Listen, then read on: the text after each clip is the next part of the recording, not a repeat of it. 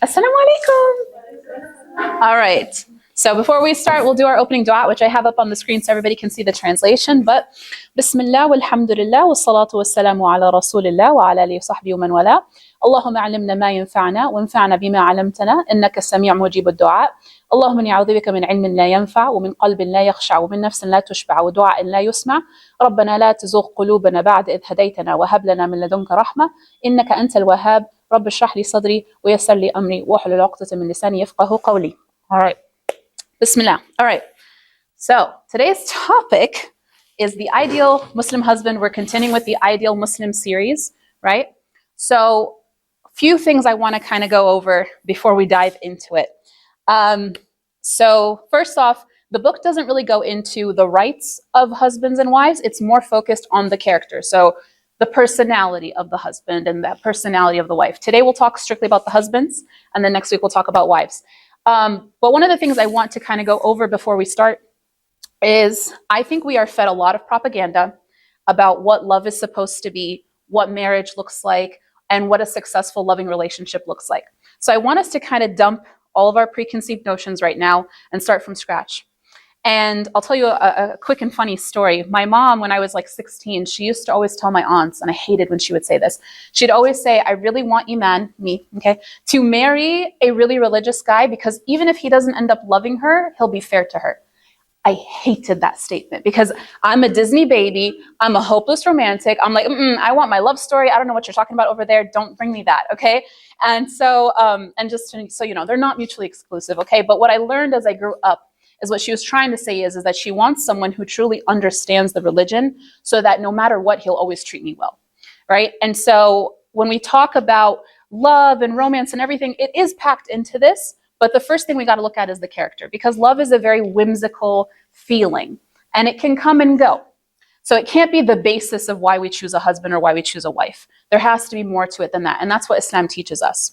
So the way I want to look at it is this. Allah subhanahu wa ta'ala is our creator.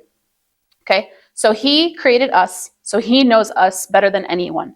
He knows what we want, what's going to make us happy, and what's going to make us successful, and what we need in a relationship in order to be happy. Okay? So before we go into it, I just want us to think of it this way. It's like yin and yang, okay? They're very different. If you guys have ever seen the yin and yang symbol, right? They're very different, but they complement each other. So when we, as Muslims and, Muslim husbands and wives, when each side does its part correctly, it's a flawless and harmonious relationship. And it is loving and it is beautiful, but it has to be done the right way. And it has to be done the way Allah subhanahu wa ta'ala ordained it for us, because only He understands the true formula of giving us the kind of marriage that we want. So since we are talking about the husbands today, I want to do like a little fun exercise. So I'm going to ask you ladies to give me a couple of bullet points of what you would think you would want in an ideal man, the ideal husband. Now, I'm not talking about looks. We're going to assume he is the most gorgeous, a 6-foot brother with a trimmed beard and all that jazz. Okay, he is exactly what we picture him to be. But character, what is something that you would want in your husband? Go ahead and just shout out. Go for it. Emotional regulation. Oh, love that one. Emotional regulation. A leader. Yep. Respect. Okay, we're saying leader. We're going to say respectful. Sorry, my handwriting is so ugly, but you'll get what I'm saying. I think I'm going to add to your emotional regulation. I'm going to say emotional intelligence as well. Oh, yeah.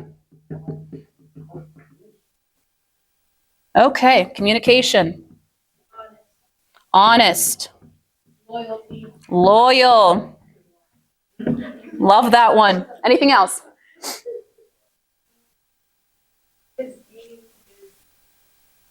Strong deen. Okay. Anyone want humor? Anyone want a funny guy? All right, let's add some humor in here. So we're going to say humor. Yeah, you can have it all. Give me everything. Understanding. Understanding.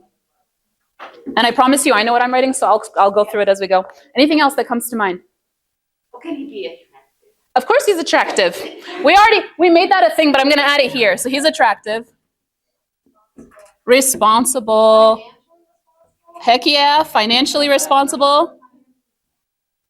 Financially stable. Okay. I think we got a nice list here of our perfect Muslim man. Okay. He can be spontaneous. We'll throw that in there. Spontaneous. All right. These brothers at home are going to be taking notes, let me tell you. Okay. So we'll come to this as we... Well, yeah. Well, we'll see about that. All right. So we're going to go through this as we go through the lecture. So first thing I'm going to start with is the very famous ayah that everyone likes to put on their Pinterest and their Instagram when they want to be all romantic but halal and Islamic, okay? So it is Bismillah ar-Rahman ar-Rahim. ومن آياته أن خلق لكم من أنفسكم أزواجا لتسكنوا إليها وجعل بينكم مودة ورحمة إن في ذلك لآيات لقوم يتفكرون. One of Allah subhanahu wa ta'ala's signs is that He created for you spouses amongst yourselves so that you may find comfort in them. And He has placed between you compassion and mercy. Surely these are signs for people who reflect or think. Okay? لِتَسْكُنُوا إِلَيْهَا. To find this peace, this comfort, this tranquility, right? When Allah subhanahu wa ta'ala created Adam alayhi salam, who did He create next? Hawa, his wife. He didn't create a mom or a dad or a brother or a sister or a child. Why? A lot of shaykh will tell you, especially for men, that it's very hard for them to find comfort in anyone else the way that they find comfort with their wife.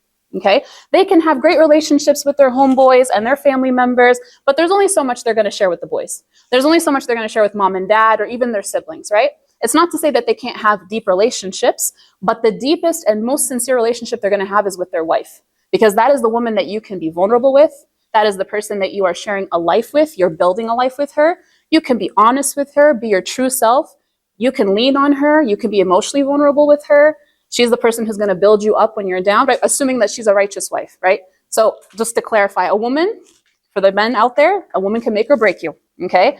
That's why it's really important to pay attention to what kind of woman you're choosing. For the sake of this conversation, we're going to assume we're talking about a righteous wife, okay? So, الطيبون للطيبات, which means good men are for good women. Okay, so this is the aim. And so for men, it's a big deal to find the right spouse.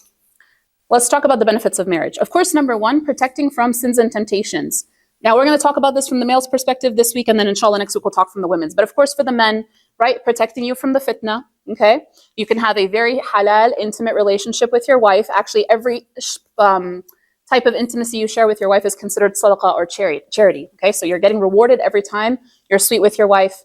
Every time you spend money on her, every time you're kind to her, this is all charity. And so this opens the door to more rewards for you as a man. And of course, as you have children, inshallah, you have righteous children as well who will grow up and be good Muslims in society, who will inshallah do sadaqah jariyah and pray for you when you're gone. So more ways of earning good deeds. And through marriage, Allah subhanahu wa ta'ala tells us that He increases your rizq or your provision and He blesses your life. And I've seen this happen firsthand with a lot of people. They get married, suddenly the husband's getting that job or that promotion, or they're able to move into that house. Sometimes you see couples and you're like, I don't know how y'all made it work. Like, how are you living so good? SubhanAllah, Allah opens the doors. So of course, the idea of getting married is very much encouraged. So if you are able to get married, for the brothers, of course, please do get married. It's a union of souls in the deepest sense. So this is where I think it gets kind of romantic, right? And a lot of people will try to say, oh, like it's very structured. It's not about romance. I think this religion is extremely romantic. Okay, and it very much focuses on the connection between the husband and the wife. And so like I said before, the man finds comfort with his wife, and of course vice versa, but we're talking about the men today, that he finds this person that he's able to share his true self with, that he can be honest with, and she picks him up when he's down, and she helps him with his Eman, and she helps him with his life, and she helps him with his kids and his ambitions, and she supports him, and she's supportive of his dreams and his goals, right? Very, very deep connection. And then as mentioning the ayah that we just talked about, life partnership with affection and mercy and love, right? This is your life partner. This is the person that you're going to build a future with, insha'Allah. So these are some of the benefits that we see. And there's a hadith in the book that says, that Rasulullah told us that this world is temporary conveniences and the best comfort in this world is a righteous woman. The best blessing a man can get in this world is a righteous wife. And why is that? If we think about it, okay, like you can have a nice house, fancy car, right? Whatever it is that men look for. I'm not really sure. I'm not a man, so I can't speak to all their ambitions, right? That awesome job, that career, that money, that salary. All of that stuff, it's flashy and it's fun, but it loses its novelty over time. A righteous woman does not. She is your constant. She is evolving with you. She's your best friend. She's your rock. She's your support, right? She's the one who gets you through life. She's never going to get old to you, especially if you guys are both doing this right. It's going to be a beautiful and happy relationship, and it's the thing that grows with you as you go through it. And the way we can look at a good example of this type of relationship is the Prophet Muhammad ﷺ and Khadija radiallahu anha, right? They met each other. She was an established woman. She was older than him.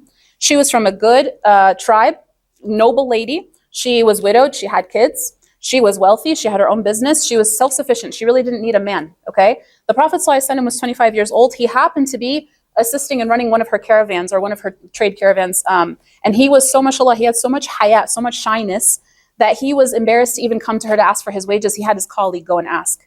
And she really admired his character. And so she sent the proposal. Oh, shocker, and we never hear about this, right? No, there are plenty of women that you can propose. You see a good guy, you see somebody who's worthy, you go and ask for it. So, so she sent a proposal, and he was surprised. He didn't really understand why she would want him. He was an orphan, he wasn't rich, right? She was a very well-off lady, but subhanAllah, they got together, they had a beautiful marriage, right? And when the Rasul ﷺ received the revelation when he was 40 years old, think of it this way. Imagine you're, like, for example, on Lone Mountain by yourself in the middle of the night. This supernatural thing happens to you. Some sort of being or whatever comes to you and takes over the sky and is telling you to read and is hugging you till you pass out. It's a freaky experience, right? It's really scary. And you don't know what's going on. What did he do? First thing he did, he runs home and he beelines for his wife, for Khadija radiallahu anha. And he's going to her and he's like, cover me, like hold me. And she's holding him and she's comforting him and he's terrified. And he's telling her this crazy story of what happened to him.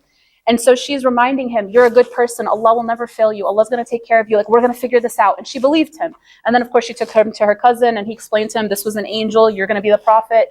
SubhanAllah. But what we take from this story is that she was his best friend. She was his source of comfort.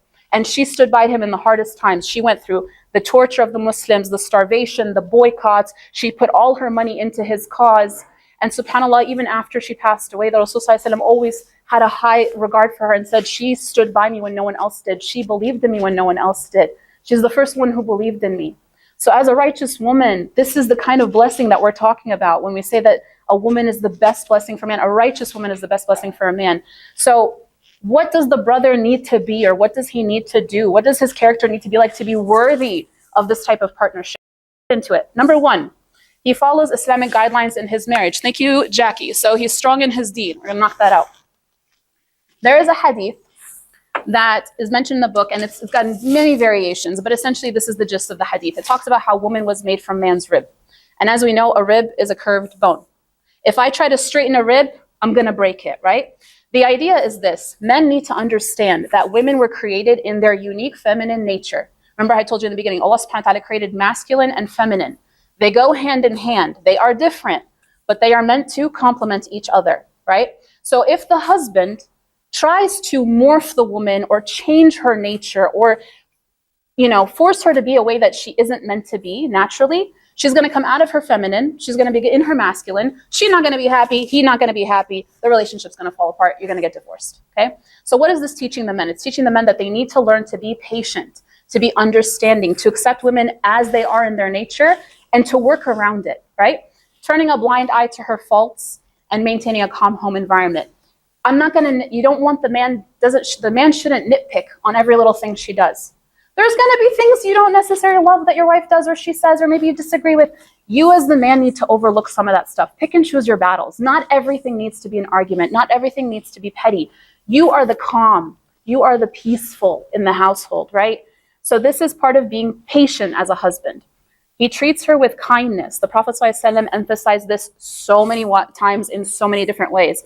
And in his final sermon before he passed away, he had one more big speech that he gave, and he mentioned the treatment of women in this. That's how much emphasis he put on it, that it's important for the men to provide for their women, to treat their women with kindness.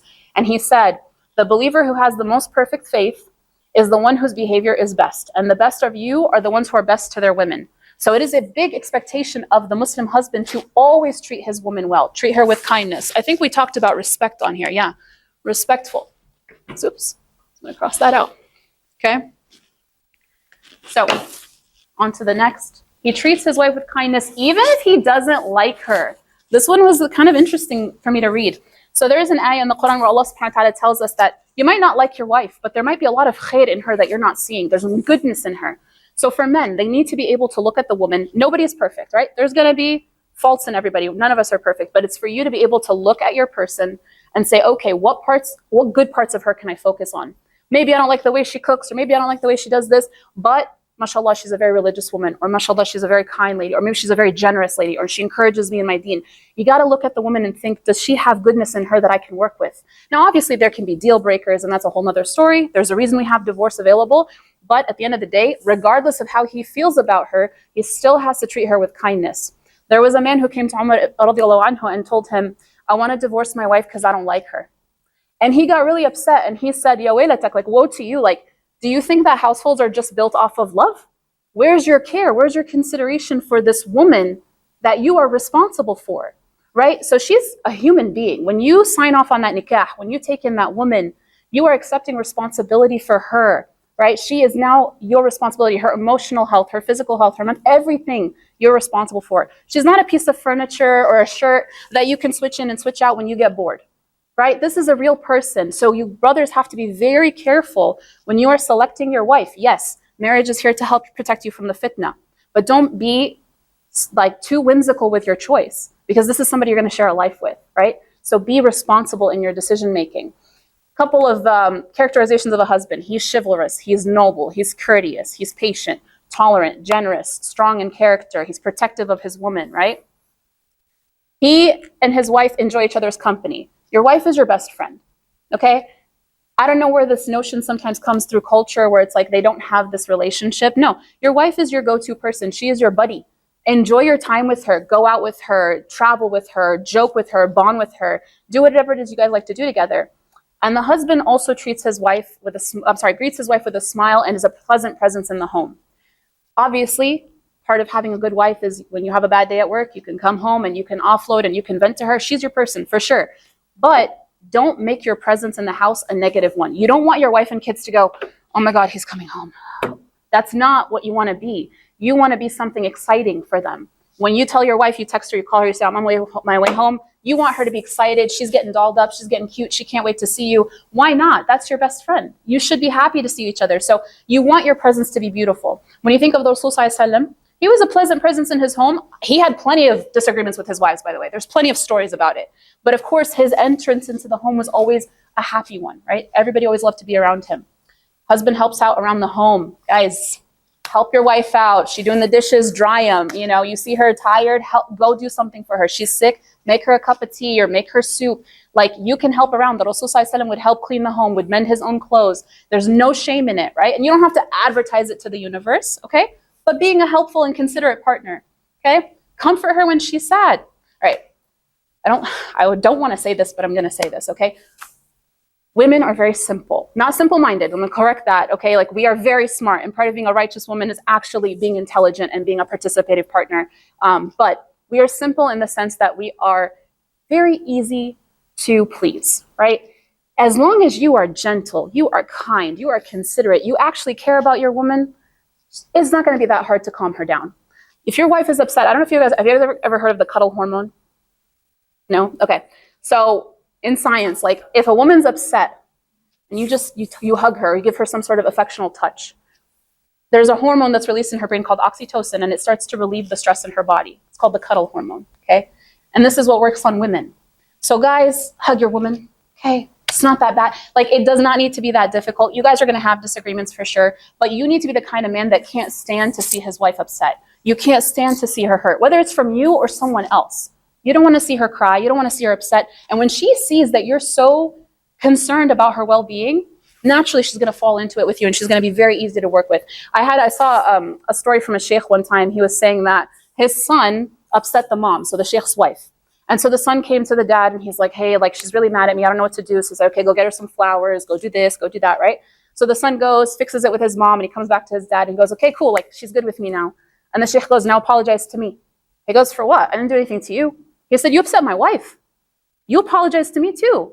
So it's just like such a cute, like, yes, that's my woman. You don't say whatever you want to her. You don't walk all over her, right? So when your wife sees you being this protective and caring individual and really concerned about her well-being, naturally you guys are going to have an easy flow, and it's going to be a loving relationship. And she's in return going to give back into you and feed into you, right? You take care of her needs, physical, emotional, spiritual, financial. I forgot to put on here, but it's in there. So we're going to say he's financially responsible, right? I think there's anything else that we looked at. I'm going to put, we'll wait for it. We'll wait for it. Okay. Next one. He makes himself attractive to her. Attractive. Let's take this off. This one gets overlooked, I think, because a lot of men are focused on like, my woman needs to look good for me, which sure, 100%. What about you? When you go out, you guys are getting dressed up, you're putting on your nice polos and your slacks and you're looking good at work. Okay, so when you come home, brother, take your showers, brush your teeth, comb your hair, put on your cologne, look good for your woman, smell good for your woman. It doesn't mean you can't be comfortable at home, but like, hey, you have a responsibility to be attracted to her too. He gives her his time, right? There's many ahadith where men were like so committed in religion and worship that they were just worshiping day and night. And he said, no. Your body has a right over you. Your wife has a right over you. She deserves some of your time. So you do have to spend time with your wife. He's fun and he's playful with her. I'm going to include this in humorous. Where is that? Here we go, humor. Okay. And communicative. I think we kind of talked about this a little bit. He's playful with her. Again, your wife's your bestie. Have fun with each other, guys. Enjoy each other. Look how happy Giddu and Teta are on their little bicycle. Like, they're having a good time. Like, why can't that be your marriage, right? It should be harmonious. It should be fun. He doesn't overreact or become angry over trivial things. Temper, guys, is a big deal. We hear about this a lot. Anger is from shaitan. And shaitan loves nothing more than to see a Muslim husband and wife fall apart. Why? Because it's the family unit, right? If you read about like black magic and things like that, even in the Quran, it's mentioned like one of the main teachings of black magic is what separates a husband and a wife.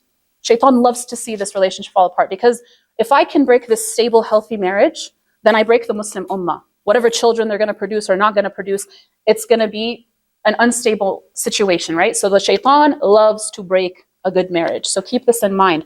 Anger should be low. There's no reason to get angry or to get loud or to get rude or nasty. There's no room for that in Islam. Even if you guys are going to have disagreements, have healthy discussions. Hey, nope, nothing wrong with it, right? But keep it calm. He is respectful and kind to her friends. So Rasulullah would reach out and still talk to Khadija radiallahu anha's friends even after she passed away. Brings peace, happiness, stability, and security to the home. We already kind of talked about this. Make your presence a happy one. He understands his wife's nature and psychology, and he understands her desires and her moods. So I think we said understanding here. We said emotional intelligence. We said emotional regulation. That was the anger part, right? And then I think spontaneous falls under the fun part. But yeah. So he's understanding of how his wife is. He understands her nature. He gets her, right? He works with her. He does the things that make her happy. He respects her feelings, right? We don't just disregard a woman's feelings, guys. It's really important to pay attention to that. Women want to be heard. Women want to be cared for. He doesn't criticize her family. Don't talk bad about her family, no matter how you feel about them. He keeps her secrets. You are your wife's confidant, right? Anything she shares with you, even after you guys, if somehow you get divorced, you still keep her secrets. He helps make up her weaknesses in a kind and gentle way. We'll talk about this more in the next slide. He doesn't criticize her in front of others or use harsh words with her. Again, kindness, kindness, kindness, kindness. Always being kind. He is balanced in pleasing his wife and treating his mother with respect. Now, this is an extra responsibility that the men have that thankfully we don't have to worry about. Not that we get disrespectful with our parents or anything, but when you are a woman and you marry, your responsibility falls to your husband. So if your parents want you to go to something and your husband says no, you got to listen to your husband. Okay? And there's no fault in you for that. The man has a complicated role because he has to find a way to balance the relationship between mom and wife. And we all know sometimes that can be complicated because sometimes we have difficult mother-in-laws or sometimes you have difficult wives. Inshallah, you don't have that. But the man has to find a way to keep everybody happy without violating anyone's rights. And of course, a righteous woman will be very supportive in this, right? She's not going to make things difficult for you. She'll encourage you to be good to your mom, encourage you to spend more on mom. She'll be the one that helps you get there because she understands that this is for you, this is for your akhirah.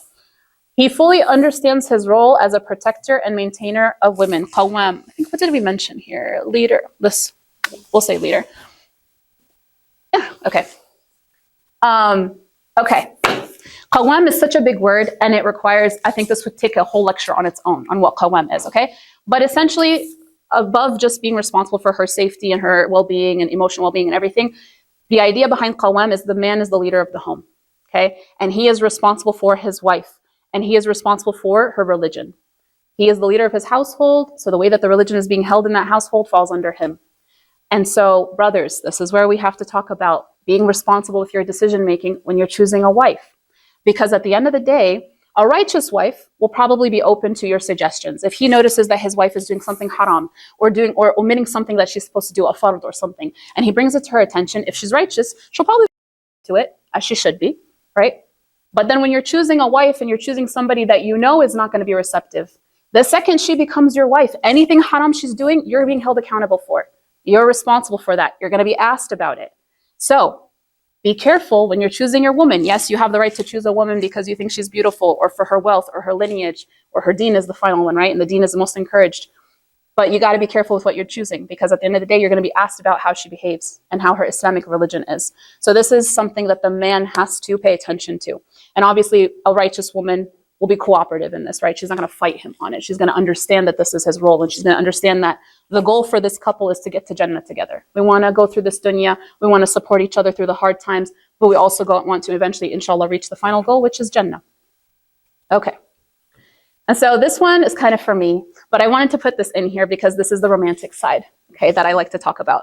So, like I said, love and having a good Islamic marriage are not mutually exclusive at all, guys. If we look at all the characteristics of this type of husband that we just learned about, if a man is doing all this and he's treating you this way, and he's so loyal and he's so responsible and he's so respectful and he's protective and he's this and he's that and he's, walking on the outside of the sidewalk so no cars are near you when you guys are walking, or he's putting you behind his back when you're going through Hajj or something so men don't run into you, or he's giving you flowers, or he's doing just because gestures, getting you your favorite ice cream, and he's sweet and he's respectful and he's calm and he barely gets mad and he's always so nice, how are you not going to love the guy? This is impossible. And of course, when we talk about the women next week, if your woman is a righteous woman and you see all the characteristics, ain't no way your husband's not going to love you. There's just no way. When we talk about love, the word love in Arabic is hub. And hub is actually from the root word hab, which means seed. And they both function in the same way, right? A seed will only grow if you water it, if you nurture it, right? And then you put into it and you feed into it and you work on it and you take care of it. If anyone here has ever done gardening, it's work, okay? But inshallah, if you do the right things, it will grow. If you leave it and you don't take care of it, it'll die. And this is where we talk about the love aspect of it being like a whimsical feeling. Love is great, but we need to also have more to work with than just love. I need to look at the character of the person I'm choosing. I need to look at him. Is he responsible? Is he kind? Is he considerate? Does he have a temper? Does he not have a temper? Is he patient? Is he going to respect me? Is he going to respect my family? These are all big things we have to pay attention to. And inshallah, if you have all these characteristics and you're both doing your part, then the love will grow, right? And so some of the cute things that come from the seerah, the Prophet ﷺ, we all know that he loved Aisha radiallahu anha very, very much. And he used to have nicknames for her, right? He called her Aish, which was like her, or Aish, a little nickname for her, or Humayra, which was like referring to her rosy cheeks, which is like supposed to be like a cute, beautiful feature, right? And then a couple of stories. One time they were in the desert with the troops and she lost her necklace. And the Prophet ﷺ stopped the whole army and told everybody to stop and look for this necklace. It's a necklace, but that's his cute little gesture that he's doing for his wife. Is bringing her some comfort, bringing her happiness. He said, we're going to stop and look for it. You got all these men looking for this one woman's necklace. Another cute thing they had is they had a metaphorical description of their love. They used to call it the knot of love. And the way it was it's like a knot that you would tie with a rope. And so they would say it's like a strong binding knot. So the more you stretch it, the more you pull it, the stronger it gets, right? And so this kind of signified like their enduring love and the increasing affection between them. And so sometimes she would joke around with him and say like, how's the knot? And he'd say it's just as strong as it was the first day, right? So just showing this love and reassurance and these sweet words between them. And then this other story I really, really like, where the one time they were in a room together and the Prophet ﷺ was mending his shoes. And he was like so focused on it, he started to like get beads of sweat on his forehead. And Aisha radiallahu anha was like, she was so mesmerized by him. She just thinks he's so beautiful. And she's just staring at him. So when he notices that she's staring, he's like, what's going on? And she was like, you just reminded me of this famous poem. She said, if this poet knew that if he had seen you, he would know that what he wrote about you was actually about you. So she said, what did he say? And she said that it was talking about the majesty of the moon and it twinkles and lights up for everybody in the world to see. So kind of comparing him to the moon and its beauty. So he thought this was so sweet. He got up, he kissed her on the forehead and he said, Wallahi Aisha, you are like that to me and more. Right? Romantic, cutesy, guys. Nothing wrong with being romantic, right? If anything, the more you do this, the more you feed into your woman, the more you're going to receive. You're going to get so much feedback. You're going to get so much love. So when we talk about the relationship between the husband and the wife, there has to be this basis of respect. Allah subhanahu wa ta'ala gave us, So the thing that the religion teaches us is that we have to have a basis of not just love, but there also has to be the characteristics and the respect and the responsibility from both sides. And that when both parties work together, that inshallah the relationship will be harmonious and you can have this very loving, happy relationship. We listed all of these, qualities of a dream husband that we wanted, and alhamdulillah, all of them were addressed. And that just goes to show you that Allah subhanahu wa ta'ala knows exactly what you're looking for, and He knows exactly how to give that to you. This Prince Charming is not unrealistic. It's what Allah subhanahu wa ta'ala asked the men to be. So alhamdulillah, inshallah, may we all be rewarded with righteous husbands and righteous wives, inshallah. And if that's no questions, we'll just go ahead and do the closing dua. So, subhanallahumma bihamdika. Subhanallahumma bihamdika. Nashhadu an la ilaha illa anta nastaghfiruka wa natubu ilayk. Sallallahu alayhi wa sallam. Muhammad wa alayhi wa sahbihi ajma'in. Jazakallah khair.